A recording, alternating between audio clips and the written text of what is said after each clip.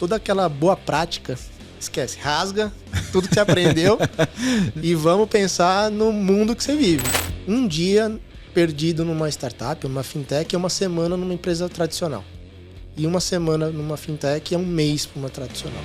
Você tem que ter um cuidado, uma sensibilidade muito grande, porque qualquer mexida errada é um desastre. Tudo isso faz parte do ecossistema.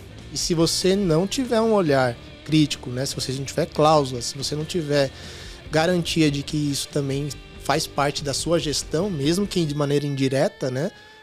Cara, você vai ficar para trás. Quando a gente fala de cybersecurity, o pilar mais sensível é pessoas.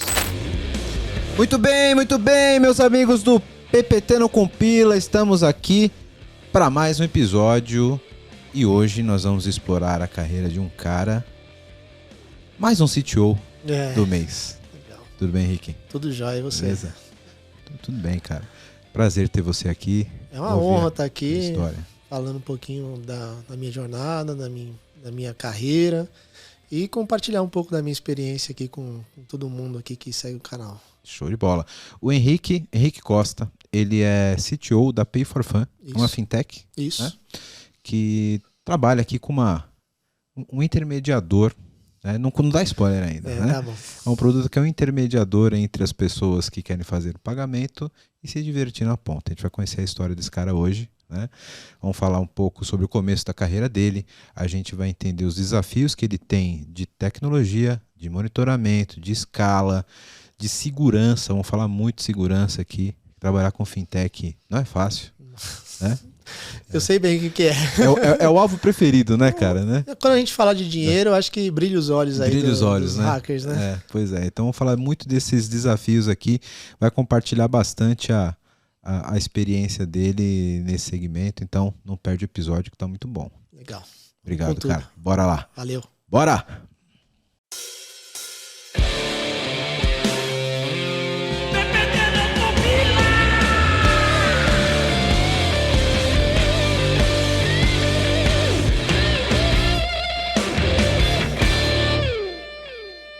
Henrique, eu vou começar com uma pergunta que eu acho que todo mundo se faz quando a gente conhece o CTO.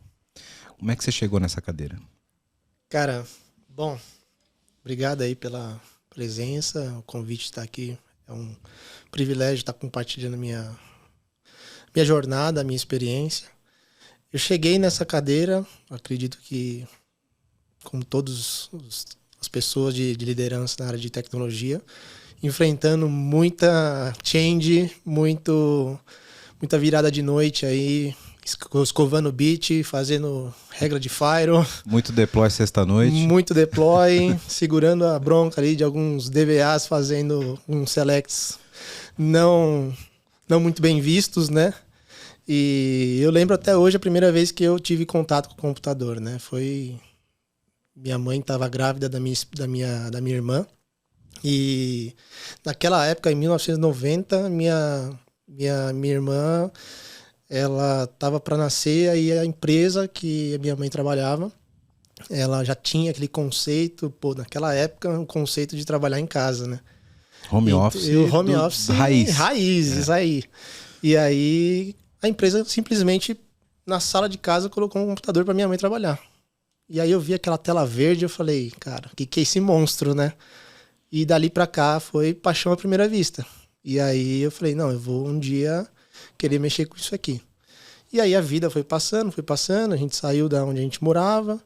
E a minha primeira vez que eu tive o meu computador mesmo, para poder falar que eu podia brincar com ele, foi na época do Windows 2000, né? Não tive a oportunidade de pegar o 98, né? A gente não tinha condições. Você perdeu a oportunidade de conhecer o melhor Windows de todos, cara. Imagino. Windows ME. Então, Millennium Edition.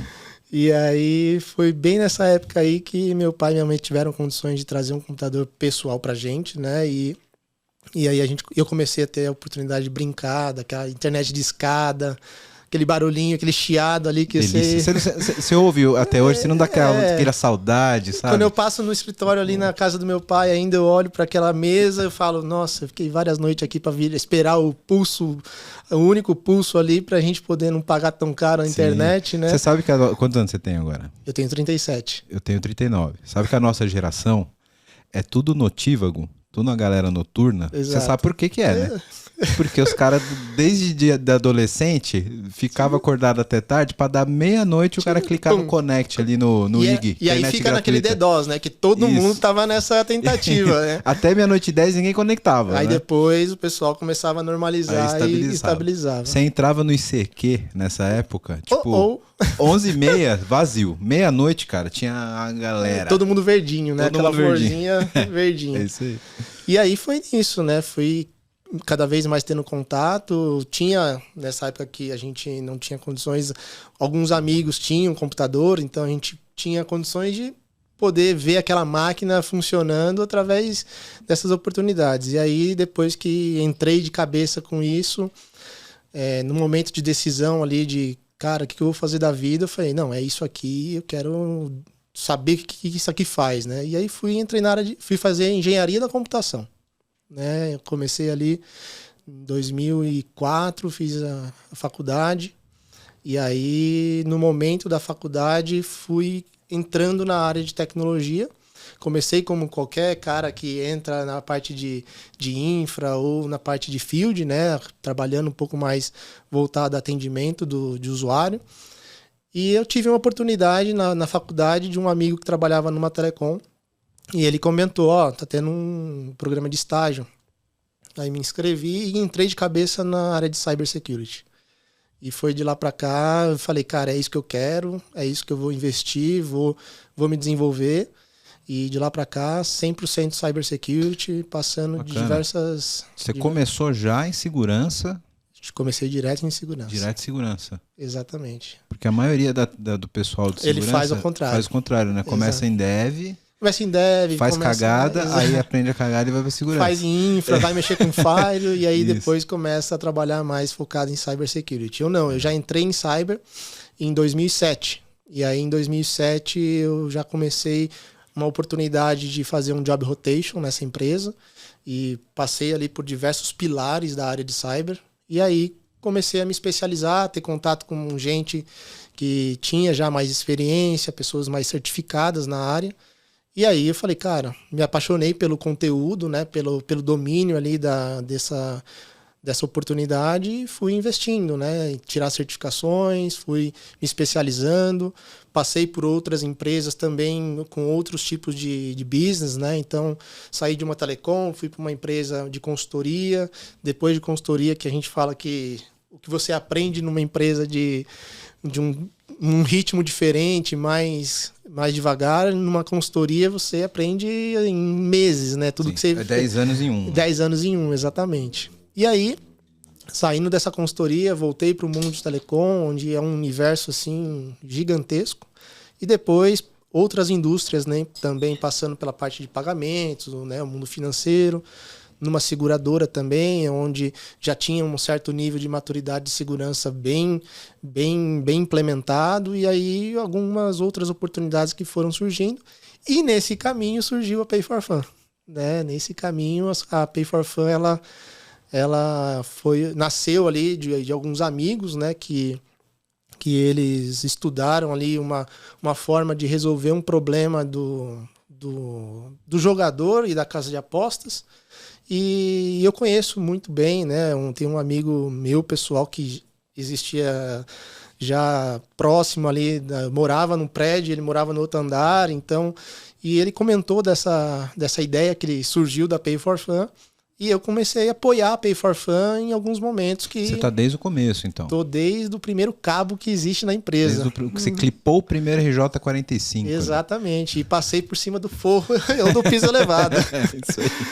E aí a Pay nasceu em meio escritório, né? E desde a primeira política que eu ajudei eles a escrever. E aí foi aquela fase de apoio, né? Vi os amigos ali construindo, apoiando eles também no âmbito de tecnologia. E aí chegou o momento da fase do namoro, virou um casamento, né? Falou, e agora, né? Você vai vir aqui de corpo e alma ou vai ser só um namoro, né? Só uma amizade, né? E aí eu entrei de cabeça. Aí você tinha um emprego, provavelmente. Eu me largou, se desliguei, desligou, saí, exatamente. E assumi não só segurança, mas aí já abriu o leque para mais outras oportunidades, outros desafios, né? Então, desde o olhar de tecnologia, da parte de infra, a parte de cyber, a parte de governança, agora tudo isso está comigo com um guarda-chuva muito mais amplo. Legal, legal. Fala um pouquinho mais para a galera do que é então a Pay for Fun. A Pay é uma empresa, uma instituição de pagamento, né? Nós estamos ali no meio entre a pessoa física, uma pessoa que quer participar ali de um site de aposta, quer fazer uma aposta, quer se divertir em um site de entretenimento. E aqui do outro lado tem essas empresas que prestam esse serviço para o universo, para o mercado. Então, o jogador, né, a pessoa, ele pode pegar o seu dinheiro, nós somos uma wallet, e ele transfere o dinheiro para a nossa wallet e ele pode distribuir ali aquele saldo para aquelas casas de apostas, ou também usar no nosso Pay for Fun Card, que a gente tem um cartão também, e ele pode, então, se divertir dentro desses universos de entretenimento. E aí, quando ele ganha ou ele tem algum saldo, ele também faz o caminho inverso. Ele consegue sacar através da nossa plataforma. Então, a Pay, né, na época que os sócios, né, os donos, eles identificaram essa dor, né, porque era do mundo do poker, né, jogava poker profissional e também tinha um background no mercado financeiro. E o outro, hoje que é o nosso CEO, ele estava do lado de cá. E eles encontraram um meio comum ali de como resolver essa dor do mercado, né? Então, a Pay nasceu com esse propósito. E hoje aí a gente vai completar 5 anos já. 5 anos, vai completar agora acho que em maio. Então, tem bastante coisa aí, um desafio enorme para 2023. E tanto que a empresa hoje tem perto dos seus 120 pessoas. E a minha estrutura tem 40, né? Então é um baita desafio. Você sozinho tem 30% da empresa. Exato. A gente fala que a empresa é fim de financeiro, tech de tecnologia e metade está comigo. E o restante é a empresa inteira. Isso. Cara, deixa eu ver se eu entendi então o produto e o problema que a Pay for Fun resolve, né? Eu sou um cara ali que gosto de ter esse entretenimento em site de jogos, de apostas, etc. E geralmente o cara tem um trabalho de ficar distribuindo o saldo ali entre esses sites, né? Que são vários. Né? Exato. Então, você resolve isso tipo como se fosse uma integradora que eu faço o depósito na minha wallet. Isso. E aí eu vou ali e distribuo. Cara, eu quero levar para X parceiro, exato. Casa do Zezinho Bet. Isso. Põe lá. E você quer pôr R$100 lá na casa do Zezinho Bet. Você pode pôr. Se você tiver saldo na nossa wallet, você faz essa transferência e você se diverte dentro desse portal dele. Entendi. E aí você ganhando ou não, se você tiver saldo, você faz o caminho inverso. Cara, eu nunca parei para pensar nesse problema, porque pode ser que o cara utilize vários sites, né? Sim.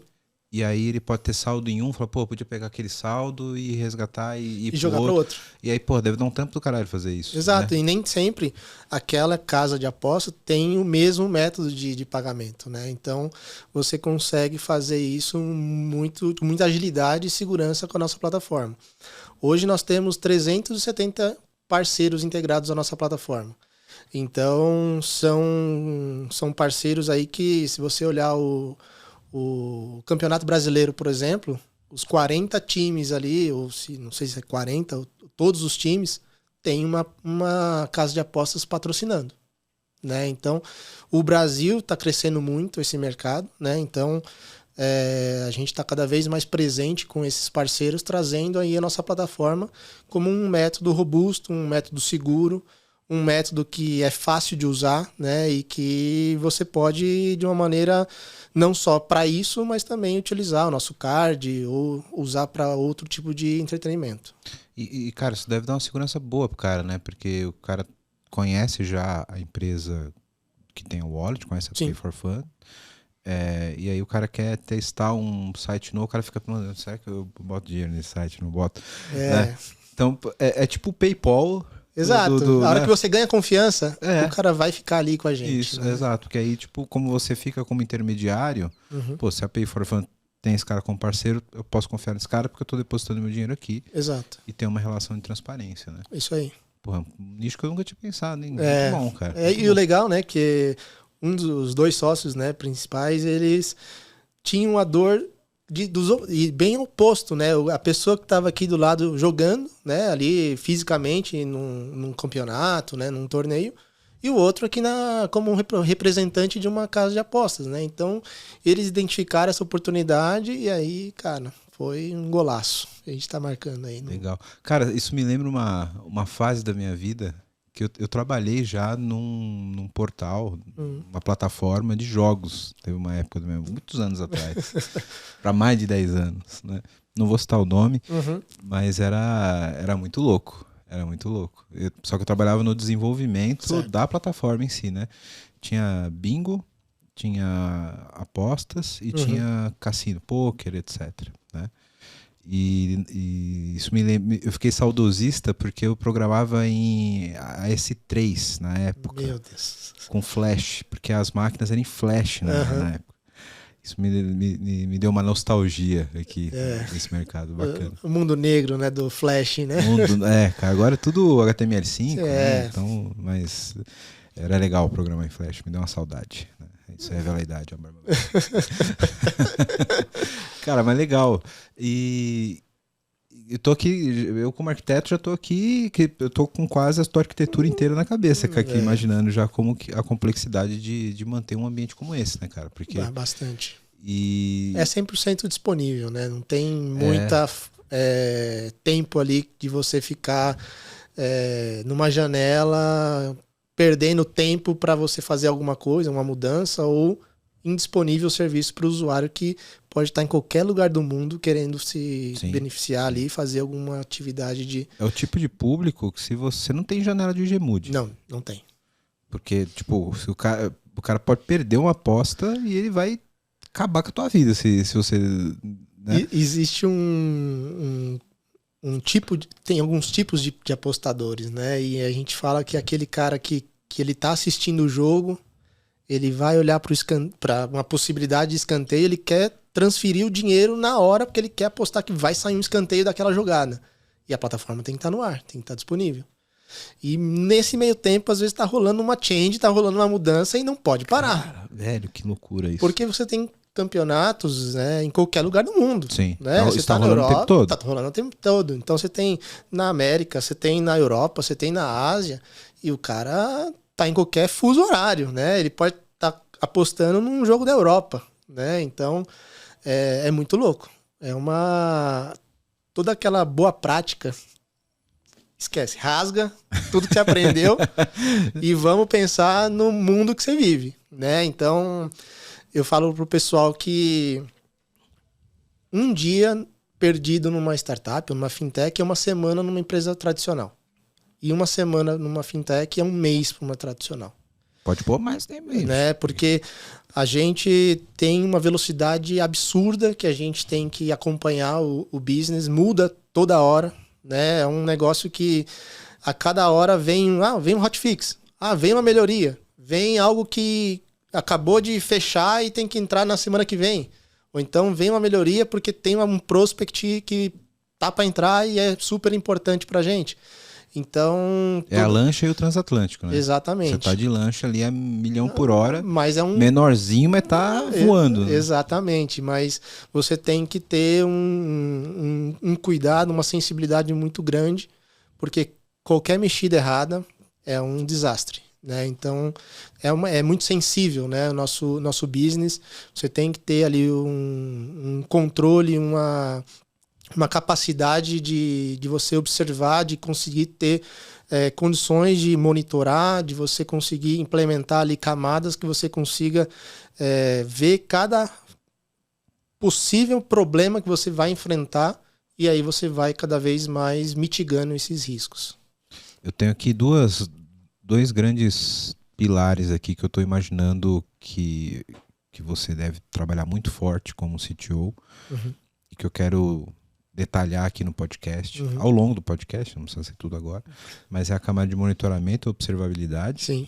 Porque para você estar uptime 99,99%, você tem que estar observando tudo que está acontecendo ali para ser preditivo, Sim. né? Porque senão você vai ser surpreendido pelo problema depois que ele aconteceu, e isso não pode acontecer no teu business. Exato. Né? Tem que prever isso antes, né? E uma coisa também que é importante é você olhar para o seu parceiro, né? Você tem que não só se preocupar do muro para dentro, você tem que olhar para o muro para fora. Tem que monitorar lá fora, né? Você tem que olhar se você tem um parceiro que também te garante essa capacidade de disponibilidade, né? Porque você hoje tem diversos parceiros que te entregam algum tipo de produto, né? Então, um parceiro que te entrega um multi-factor authentication, né? Você vai receber ali na hora do momento que o cliente vai se autenticar, vai disparar ali um token para ele colocar lá os dígitos.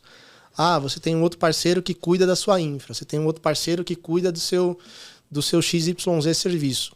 Tudo isso faz parte do ecossistema. E se você não tiver um olhar crítico, né? Se você não tiver cláusulas, se você não tiver garantia de que isso também faz parte da sua gestão, mesmo que de maneira indireta, né? Cara, você vai ficar para trás. Sim. Não adianta você monitorar só o teu serviço, aí ele dá pau, você vai ver a API do cara que tá fora. Você foi surpreendido e você não tem um acordo de SLA com esse cara. Você tem que ter um health check ali, assim, segundo por segundo. Você tem que monitorar o teu e o do cara. Exatamente. Né? Cara, que loucura. É absurdo.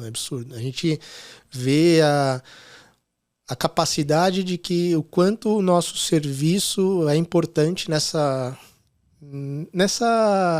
vamos dizer assim, energia que o pessoal, o momento que o pessoal está ali se divertindo. E se você está fora, a frustração que essa pessoa passa, né? Porque tem o cara que vive desse business, que é o cara que estuda, é o cara que se planeja, ele faz uma aposta antes, ele faz aquele combinado todo para extrair a melhor odd possível. É o probabilista, né? É o probabilista, é o cara que estuda. E a gente já tem o cara que é o emotivo, né? Que é o cara que vai ali na hora, vou transferir aqui e vou fazer uma fezinha. Aí o sistema tá fora. Cara, você frustrou esse cara demais. Ele vai olhar para o outro parceiro e ele vai fidelizar ali. Né? Então, a importância do que a gente faz no background, né? O time de tecnologia, o time de cyber, o time de infra. Eu tento sempre trazer para eles o quanto cada caixinha, quanto que eles fazem ali representa para o nosso negócio na ponta, né? Para o usuário. E tem uma outra coisa também, que a gente não presta serviço só para fora, né? A gente também presta serviço para as áreas internas. Então, o meu time tem que ter o olhar misto, né? Eu tenho que dividir minha equipe dizendo, a gente vai fazer uma aplicação aqui que vai gerar uma certa inteligência para o time de marketing fazer algum tipo de relatório, extrair informação para fazer uma campanha, né? Então, isso é interno, né? Então, eu também tenho que ter condições de atender tão bem quanto para fora, para dentro de casa. Falando de infra, então, Henrique, você consegue dar uma palhinha para a gente de como que você faz esse monitoramento? Esse pode ser um pouco no técnico, até onde você puder. Não precisa dar nenhum segredo industrial para a gente, mas até onde você puder detalhar essa sua estratégia de observabilidade, monitoramento, como que você trata isso. E queria que você desse uma palhinha também sobre escala. Eu estou imaginando aqui que você vai ter lá algumas plataformas, tem lá o jogo da final da Champions League, né? Champions League, que vai bombar. E a gente tem que estar preparado para aguentar essa carga, né? Exato. Isso aí também tem ali a final do campeonato estadual do Nepal. Série 5. Exato. Que tipo, vai ter dois caras ali. E aí você tem que ter uma escalabilidade muito grande. Provavelmente você usa algum tipo de nuvem. Sim. Né? Então, se você puder dar uma palhinha aí pra gente dar... Nós somos 100% cloud, né? Nascemos aí cloud native desde o dia zero.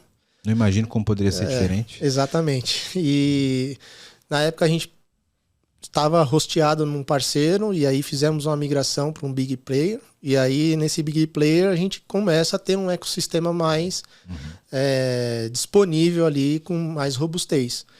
Pode falar o nome da nuvem, porque aí a gente pede patrocínio para isso. O pessoal da AWS aí, ó.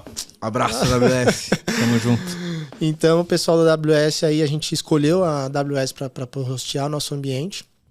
E aí a gente tem ali as camadas de ambiente não produtivo, teste de usuário, ambiente de desenvolvimento. E esse ambiente produtivo nós temos ali as camadas que faz toda aquela parte de autoscaling, né? Então, onde a gente consegue ver toda a parte de monitoramento de recurso computacional, ver consumo e também ter a inteligência, porque aí é um olhar estratégico que eu e meus gerentes fazem, que é, cara, estamos ali numa viagem de cruzeiro, a gente está bem, vamos baixar um pouquinho, porque eu sei que o CFO vai gostar de ter uma economia, né? Baixa aqui, tira um pouquinho dos pistões do motor do carro, porque vai gerar uma certa economia. Porém, aí é uma curiosidade do que a gente viu já, e até a gente estava discutindo em algumas reuniões, não é só futebol. Né? A gente olha aí para algumas outras mídias, vem enfrentando algumas outras oportunidades e, cara, tem gente que aposta no BBB, tem gente que aposta quem vai ser... Cara, rola isso mesmo? Rola. Quem que vai ser o próximo presidente? Cara, rola de tudo. Você tá me dizendo que tem um site de aposta que abre ali uma aposta tipo pra Big Brother. Big Brother. Sério? Cara, eu nunca imaginei. Eu também não. Depois que eu vi, eu falei, cara, eu não espero mais nada.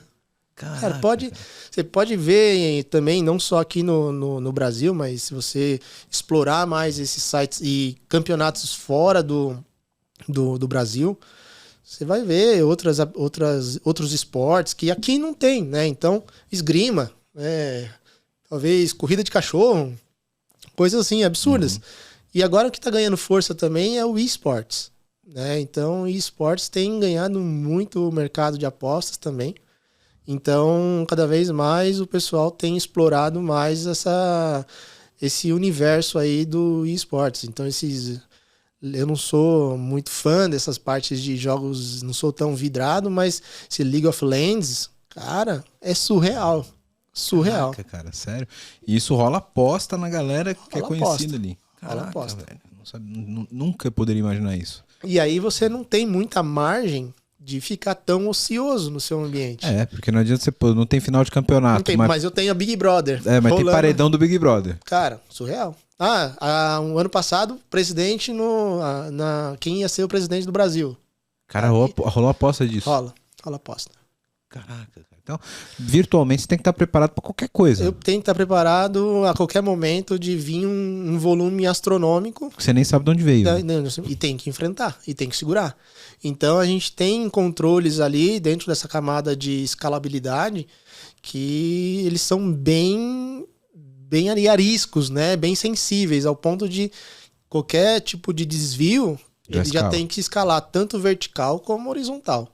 Né? Então, a gente sempre tem alguns estudos que a gente vai olhando o histórico de 30 dias, vai olhando um período maior, olhando também para períodos que tem alguns eventos mais específicos, por exemplo, a Copa do Mundo. Né? A Copa do Mundo deve ser tipo a destruidor. A tua Black Friday. É uma Black Friday de 30 dias. Pode crer, né? 30 dias, né? Então, é um evento que, cara, 6 bilhões de pessoas estão ali assistindo, estão acompanhando e, cara, a qualquer momento pode vir uma aposta de qualquer lugar do mundo, né? Só basta ter internet, ter um aplicativo, você vai lá e faz uma transferência bancária e consegue se divertir ali em qualquer um daqueles portais que a gente tem integrado. Então, quando a gente fala de apostas, né, que ainda tem um certo preconceito, né, e a gente, Pay for Fun, não somos uma casa, nós somos um método de pagamento, o Brasil está em ascensão, está crescendo esse mercado, né? Tanto que eu dei o exemplo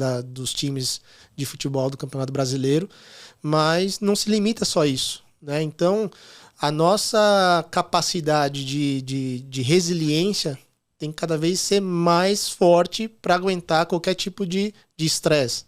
Então, o que a gente está investindo bastante também é desenvolver a inteligência de simular esses tipos de situações atípicas, né? Tipo o Monkey Chaos da Netflix, um stress test. Então, conseguir ter essa visibilidade, se antecipar essas situações para a gente poder encontrar ali possíveis falhas que a gente poderia passar numa situação normal, né, de um evento qualquer.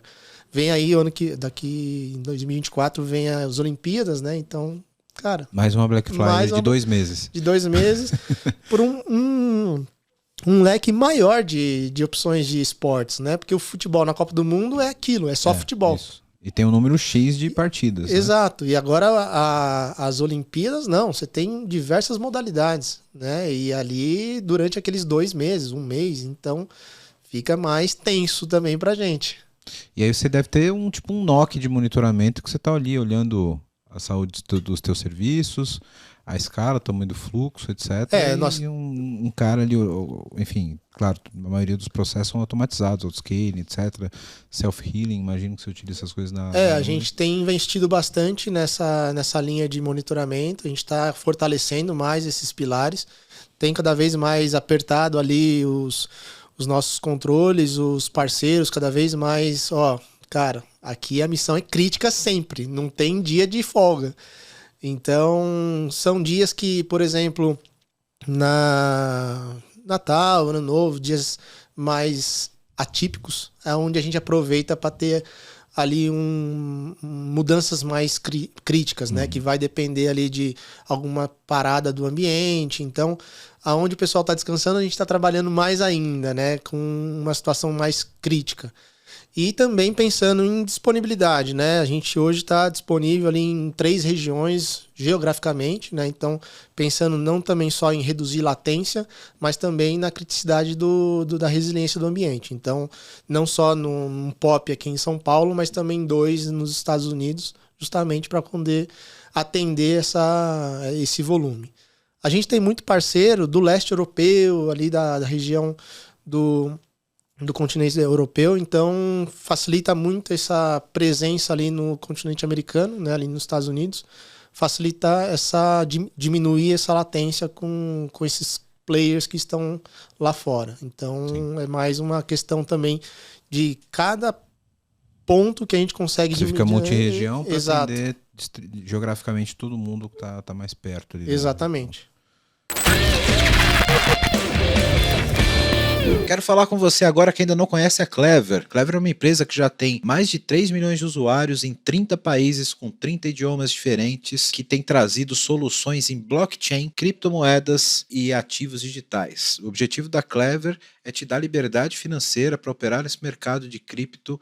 Então, se você acredita nisso, se você acredita nessa liberdade, você já pensa como a Clever, vai conhecer os caras, é clever.io. Estão contratando também pessoal para trabalhar com cripto, com blockchain. Então, se você tem interesse, se você tem conhecimento nessa área, procura a Clever. Se você gosta de criptomoedas, se você opera no mercado, você precisa conhecer a Clever, precisa conhecer as soluções da Clever.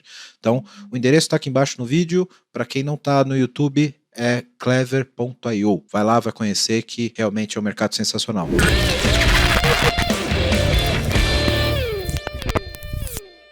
E aqui no Brasil, você deve ter muita integração também com os métodos de pagamento convencionais, né? Exatamente. Tipo banco, depósito, Pix, etc., que são serviços que você tem que monitorar na outra ponta, né? Porque na verdade você é um integrador. Exato. Você está nas 2 pontas, né? Você tem que receber o dinheiro do cara e aí você vai ter que integrar com alguma instituição financeira. Sim.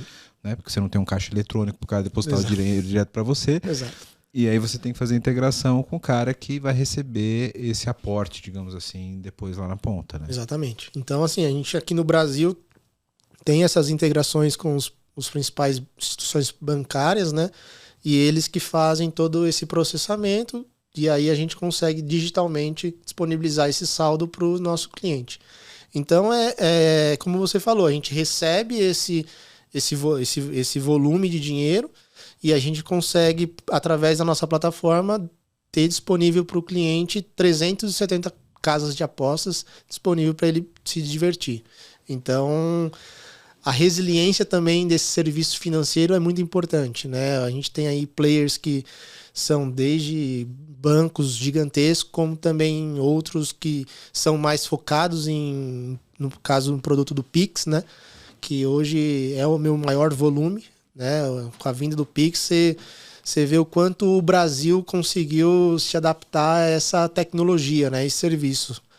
Por mais que o crime acabou se beneficiando em alguns momentos por causa dessa... Sempre tem uma brecha de algum esperto que vai se aproveitar de alguma coisa, né? Exatamente. Então, Eu vi algumas matérias, até alguns amigos e colegas falando sobre essa situação, né? Os bandidos, os criminosos se aproveitando dessa situação. E eu falo, cara, eu, por exemplo, tenho o meu telefone sem o Pix, né? Eu saio para caminhar com a minha cachorra, eu levo os telefones do assalto. Agora tem o celular do Pix, né? Que Exatamente. fica na gaveta de casa. Fica na gaveta de casa, que é onde você chega em casa, faz as coisas, já que é algo que é instantâneo. Você programa ali um certo limite.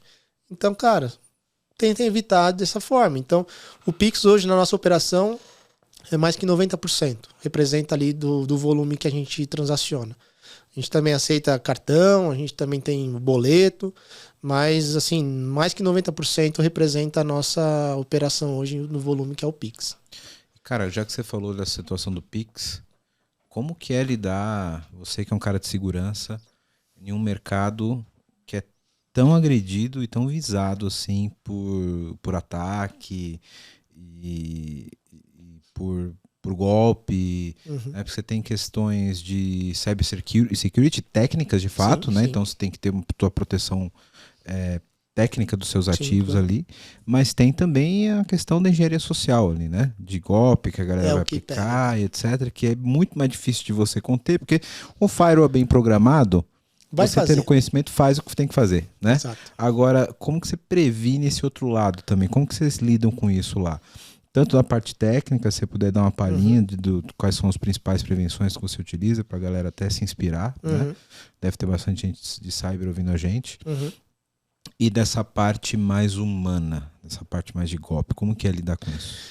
Cara, eu falo assim, cada vez mais o ser humano está digital, né? Então, cada vez mais as pessoas que estão ali no dia a dia de trabalho, ela tem que receber aquela informação e também absorver para a sua vida pessoal, né? Eu gosto de dar um exemplo que no trabalho você compartilha a sua senha de algum sistema, mas na sua casa você não compartilha a senha do seu cartão de crédito, né? Só para sua esposa e olhe lá. Então, e olhe lá. Quando a gente fala de cybersecurity, principalmente no pilar de tecnologia, pessoas, processos, o pilar mais sensível é pessoas, né? Porque ela está ali exposta a qualquer tipo de vulnerabilidade, de ameaça. Então, você ser abordado através de um phishing, você ser abordado por uma pessoa na rua. Eu já vi empresas que prestam esse tipo de serviço para validar seus controles, onde joga pendrive no chão, com exploits para poder a pessoa chega. O que você vai fazer quando você recebe um pendrive? Cara, eu não Usuário é usuário. Ele já vai espetar na máquina e aí já viu. Eu confesso, cara, essa pergunta foi boa agora. Eu acho que eu ia pegar uma máquina zerada sem nada, sei lá, uma VM Linux de preferência, ia botar lá só pela curiosidade maldita de saber o que tem nesse pendrive. Mas no meu PC pessoal, você não nota de primeira, né? Exato, mas tudo bem, somos pessoas de tecnologia conscientes dos riscos. A gente tem essa maldade na cabeça de pensar que tem alguma coisa errada ali dentro. Exato. A gente já tem e tem uma educação de segurança que sabe, cara, não vou botar isso aqui. Mas se o seu José da padaria achar um pendrive, ele vai botar no computador do caixa da padaria. Né? Exatamente. Para saber o que tem de quem que é, às vezes até para saber de quem quer poder devolver, na maior inocência, né? Exato. E com o site do banco aberto, ele vai botar lá, certeza. Exato. Então, a gente investe bastante nessa parte de conscientização, né? A gente tem ali as campanhas de treinamentos, as campanhas de conscientização, as campanhas de phishing também, que a gente distribui ali mensalmente para poder evangelizar as pessoas a esses tipos de ataques que eles podem sofrer. Então, quando a gente leva na linha educacional, né, é trazer o colaborador, as pessoas, para o lado da área de tecnologia ou de cyber, que ele está ali exposto, ele está ali sendo a linha de frente, tanto do cliente, né, principalmente o pessoal de atendimento, como também as outras camadas do administrativo ou as outras áreas que em qualquer momento podem ser abordados ou podem passar por alguma situação que pode ser um risco, né? Então a gente investe forte nessa parte de educação e eu tento sempre fazer uma linguagem que leva a pessoa a pensar para a vida pessoal dela, né? Então, esse exemplo da senha do cartão de crédito com a senha do computador, ou ela sai da estação de trabalho e consegue bloquear a estação para ninguém ali sentar e fazer alguma coisa. Tudo isso é boas práticas, né?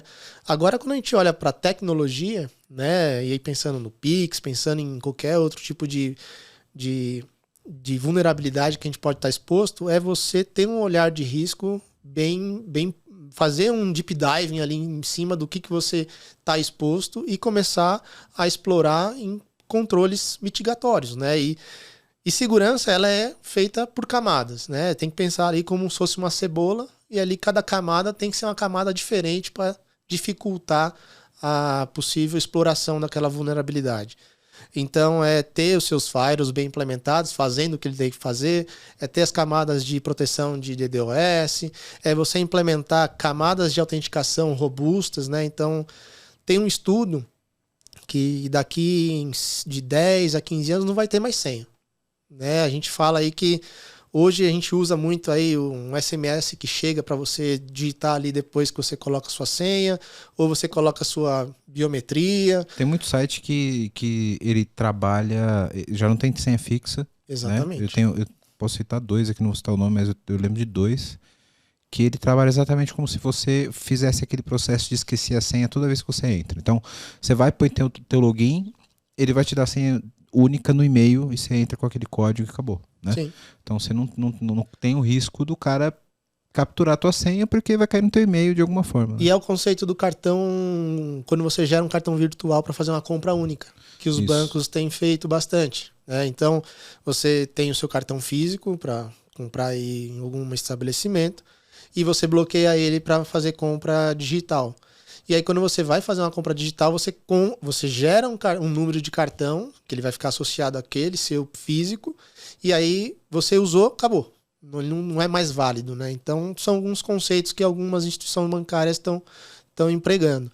E aí, quando você fala da autenticação, né, que é a porta de entrada para qualquer aplicação, sistema, ou seu e-mail pessoal, por exemplo, você tem que olhar aí com um olhar mais sensível.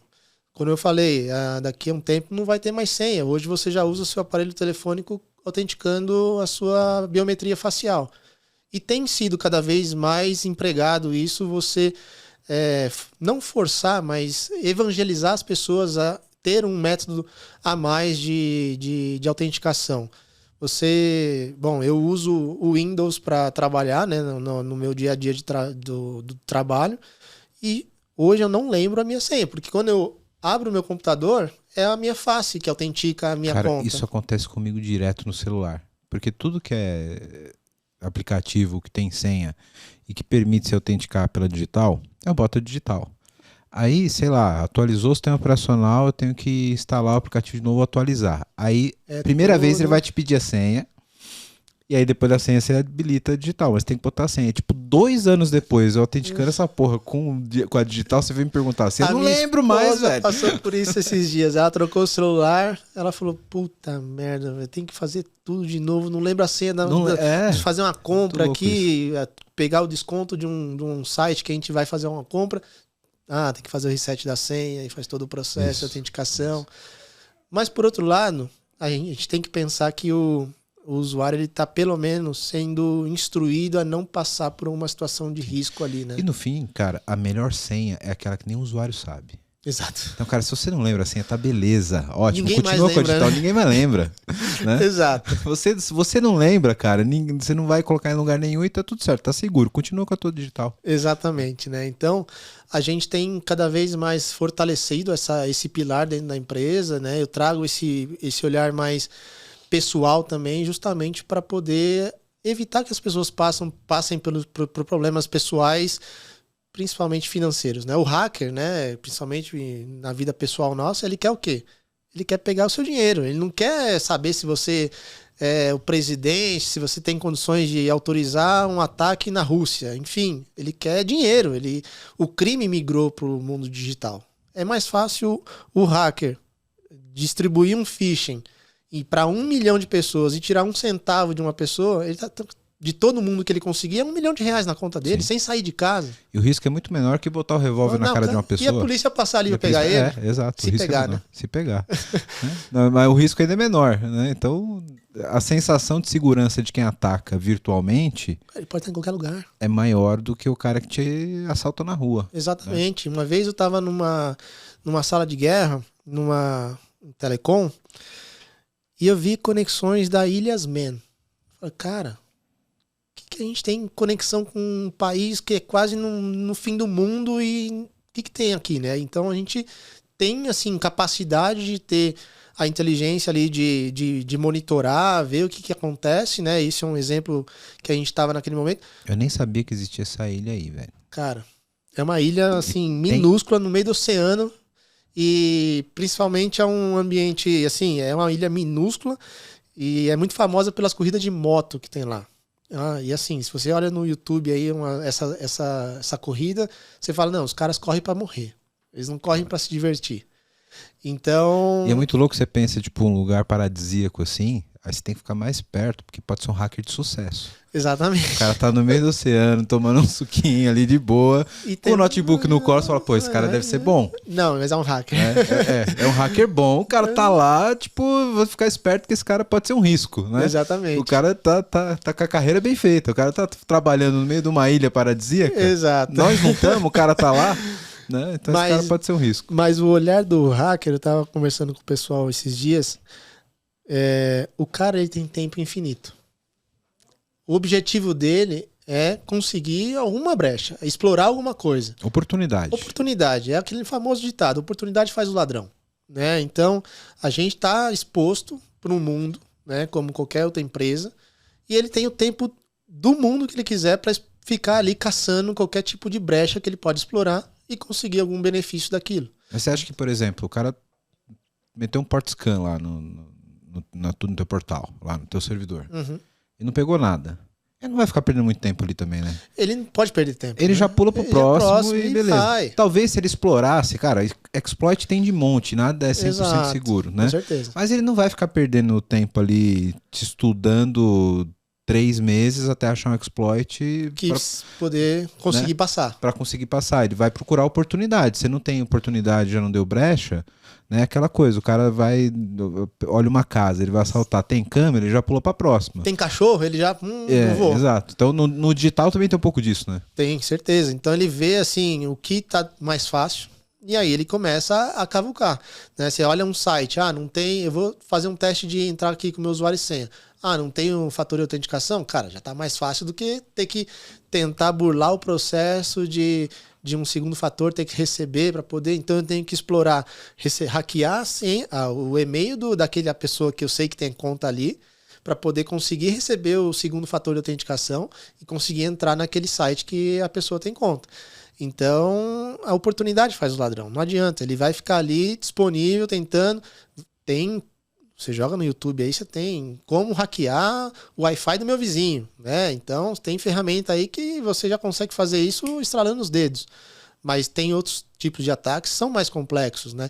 Tem tipo de ataque que você quer causar indisponibilidade. Você tem ataque que você quer explorar mais a parte de causar algum dano de imagem para a empresa, né? Então, você vê aí grandes empresas que tiveram seu serviço parado, né? Empresas do ramo de roupas aí, de shoppings que tiveram suas portas fechadas.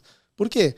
Porque explorou um usuário administrativo que foi lá e começou a escalar ali, a fazer movimentações laterais e chegou a um ponto que ele tinha domínio do ambiente. Né? Então, a preocupação da área de segurança é mitigar risco e implementar camadas cada vez diferentes da anterior. Né? Então, é aquele conceito daqueles impérios onde você olha ali para castelos, né? Eu estava na Europa até um mês atrás e aí eu tive a oportunidade de estar ali numa região olhando ali aquelas fortalezas antigas e você vê um muro, aí você vê um lago, né? Aí tem você aquela vê portinha clássica, uma né? porta só, aí você tem mais um muro e o castelo lá no meio pequenininho. Você acha que é um castelo enorme, mas não, é um castelo pequeno com um muro alto. Então E aí aqueles pilares ali, onde o pessoal ficava conceito de brigada, então... Aí você já pensou o AF, o Firewall... Exatamente. O roteador, com a CL, e aí você tem um cofre de senha, e aí vai. Exatamente, a mesma analogia, né, exatamente, cara? Essa é a mesma analogia. Cara, legal. Eu fico imaginando a série de desafios que você tem de tecnologia para trabalhar com grana dos outros, né? Exatamente, é um risco absurdo, né? A missão crítica cada segundo, né? Mexer com o dinheiro dos outros, principalmente onde a pessoa tá ali no momento de euforia, né? De querer se divertir, e isso pode a qualquer momento acabar com a imagem da empresa, né? Sim. Porque são milhões de pessoas, milhões e grandes parceiros aqui que a gente tem a responsabilidade de intermediar esse fluxo de dinheiro, né? Então a gente tem que ter uma sensibilidade absurda no trabalho que a gente entrega. Você tem algum case de segurança que você possa contar pra gente, de sucesso ou de monitoramento que já aconteceu que você possa contar? Na Pay for Fun ou qualquer outra empresa? Qualquer outra empresa. Na Pay for Fun, na Pay for Fun, se tiver, maravilha. Se não, pode ser qualquer outra da tua carreira. Cara, olha, em outra empresa que eu passei, eu participei de uma operação de antifraude, né? E foi uma inteligência, assim, que teve 8 meses de trabalho. E ficou uma guerra entre as empresas, né? Uma instituição bancária e uma telecom. E aí chegou um ponto que foi para o Ministério Público, porque um queria jogar a culpa no outro, porque a fraude acontecia aqui e o problema sempre acabava no banco, né? Porque o dinheiro sumia da conta do cliente. Porém, o processo, quando a gente começou a explorar, naquela época, isso não funciona mais, existe uma quadrilha dentro de um call center, né? Não vou citar nomes aqui, aonde o colaborador da Telecom trabalhava mês a mês ali com a pessoa que trabalhava na instituição financeira. E aí a gente começou a ver o modus operandi dessa fraude. E sempre acontecia na madrugada. E pessoas que tinham um poder aquisitivo maior, daquelas classes de bancos que tem o Select, tem o Prime, enfim. E aí a gente começou a estudar o caso. A pessoa, ela desligava, tirava a linha telefônica do chip da pessoa na madrugada e colocava num outro chip virgem, um chip em branco. A pessoa que tinha acesso aqui ao back-office da instituição financeira fazia uma transação, ela tinha a autonomia, ela tinha um privilégio, né, em cima do job description que ela tinha. Aí o SMS chegava na onde? Caraca, cara. Na linha onde o cara da Telecom tinha transportado para o chip virgem. Ele recebia o SMS de validação da transação, passava para o cara aqui, muro a muro ali. Aí o cara fazia uma transferência e você estava dormindo em casa. E aí o cara recebia o SMS, ó, você fez uma transação bancária. Só que chegava onde? Na linha que estava ali ainda no sequestrada. Uhum. Aí fazia todas as transferências, aí depois voltava a linha pro cara na madrugada mesmo. Você não estava dormindo, você não via nada. Caralho, o desgraçado é um gênio do mal. Cara, e era uma quadrilha, a gente saiu com 18 pessoas presas dentro desse call center. Foi uma operação de em torno de 6 a 8 meses, de inteligência e tal. E aí ficava a briga. Cara, a fraude tá onde? Tá na operadora ou tá no banco? Tá nos dois, né? Tá nos dois. A fragilidade tá nos dois. Ou a fragilidade tá no terceiro, que presta o serviço e que deixa ali o atendente no mesmo ambiente. Então, a gente tem condições de...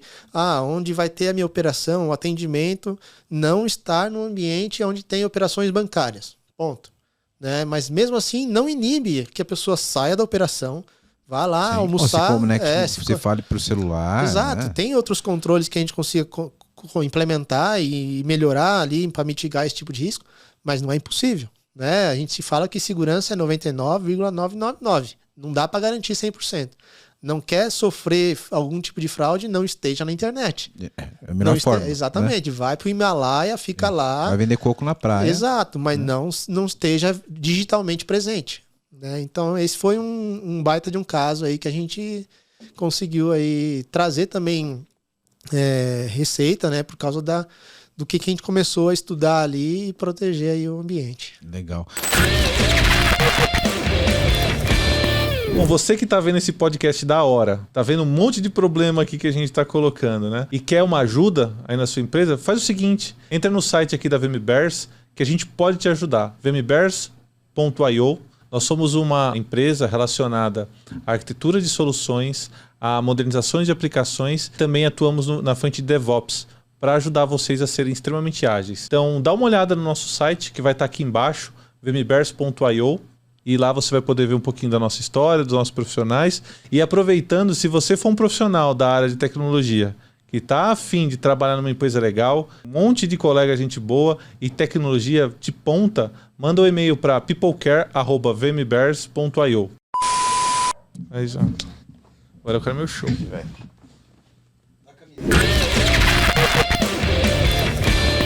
Henrique, uma pergunta que sempre fazem aqui nos episódios do CTO do mês. Qual stack vocês trabalham lá? Qual linguagem? Banco? Como é que qual é a linha de desenvolvimento que vocês têm lá? Cara, a gente tem .NET, a gente tem MySQL mesmo. A gente está num projeto aí bacana agora de quebrar esse monolítico, né? Olhando para a aplicação e transformando agora numa estrutura totalmente de microserviços, né? Usando Kubernetes em toda aquela sopa de letrinhas ali que o pessoal de desenvolvimento gosta de brincar, né? Então, toda a parte de CI/CD ali que a gente conseguiu implementar agora. Então, é para trazer o quê? Mais resiliência, né? Então, a gente está fazendo esse momento de transição.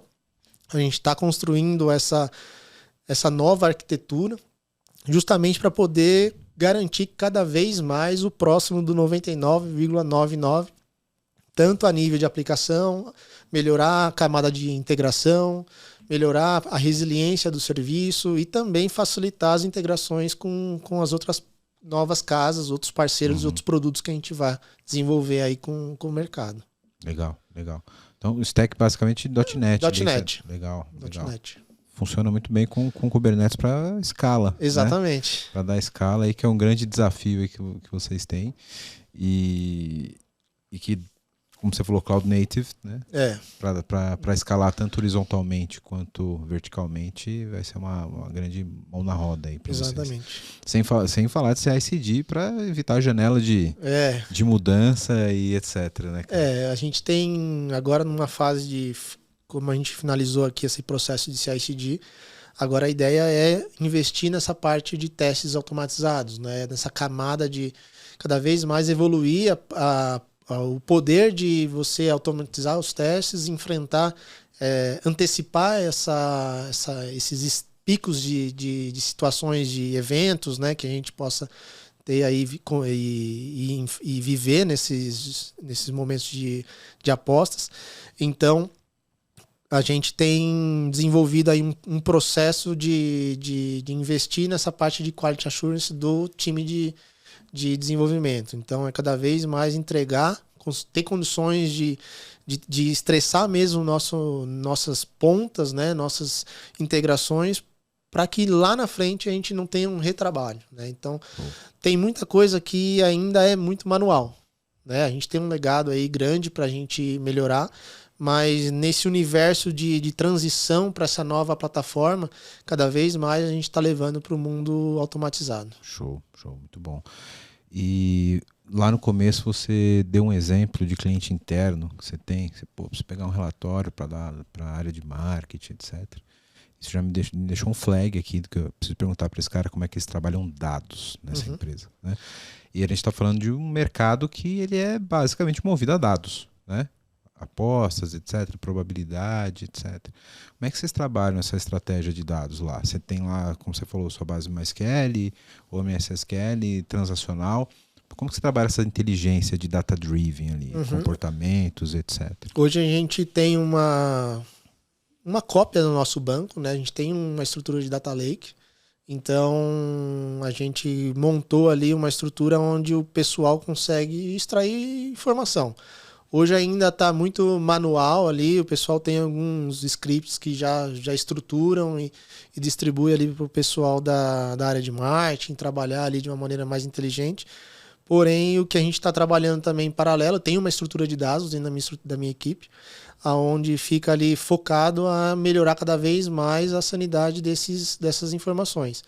Então, esse pessoal está agora trabalhando numa camada de apresentação, né, onde o pessoal vai ter mais autonomia de conseguir extrair relatórios de uma maneira mais ágil, mais rápido, para que eles possam trabalhar de uma forma mais ágil ali com a estratégia de business, né? Vou fazer uma campanha no Nordeste, vou fazer uma campanha para um público-alvo ali de certa idade. Então, vai ter uma campanha aqui com X parceiros e eles querem fazer uma força de venda. Então, vamos trabalhar com o nosso público também, que cada vez mais transaciona nesses parceiros. Então, são informações que a gente tem, né? E a gente tem condições de mostrar para o nosso cliente interno a inteligência que ele pode trabalhar. Legal, show. E aí, partindo já para o finalmente aqui, Henrique. Legal. Quais são os desafios? E aí pode entrar um pouco no business também, que eu percebo que você conhece muito do business que você está inserido. Quais são os desafios da Pay for Fun para os próximos 2, 3 anos? Tecnologia e negócios, na sua visão. Para onde estamos indo? Cara, a gente tem aí um desafio enorme para 2023 e acredito para mais anos aí. A gente, como instituição autorizada do Banco Central, tem uma série de resoluções que nós temos que cumprir. Então, estrategicamente falando, é muito importante a gente estar 100% aderente aos controles do Banco Central, justamente para trazer segurança para o nosso negócio, trazer o conforto para o parceiro que está operando com a gente, né? Então, é um diferencial da Pay for Fun ter esse carimbo, né, do Banco Central dizendo, é uma instituição que segue as boas práticas de prevenção à lavagem de dinheiro, a cybersecurity, a governança como empresa, né? Então, é um pilar importantíssimo para a gente cada vez mais estar compliance com esses controles que são exigidos pelo Banco Central. E aí tem esse grande projeto que a gente está trabalhando, que é a parte de uma nova plataforma, né? Então, é isso para trazer escalabilidade. Então, quando a gente fala de transformação digital, né, já somos digitais, né? Não tem como muito a gente falar, nossa, a gente nasceu ali num banco Axis, né? Ou então algo... No mainframe, não. No mainframe, não.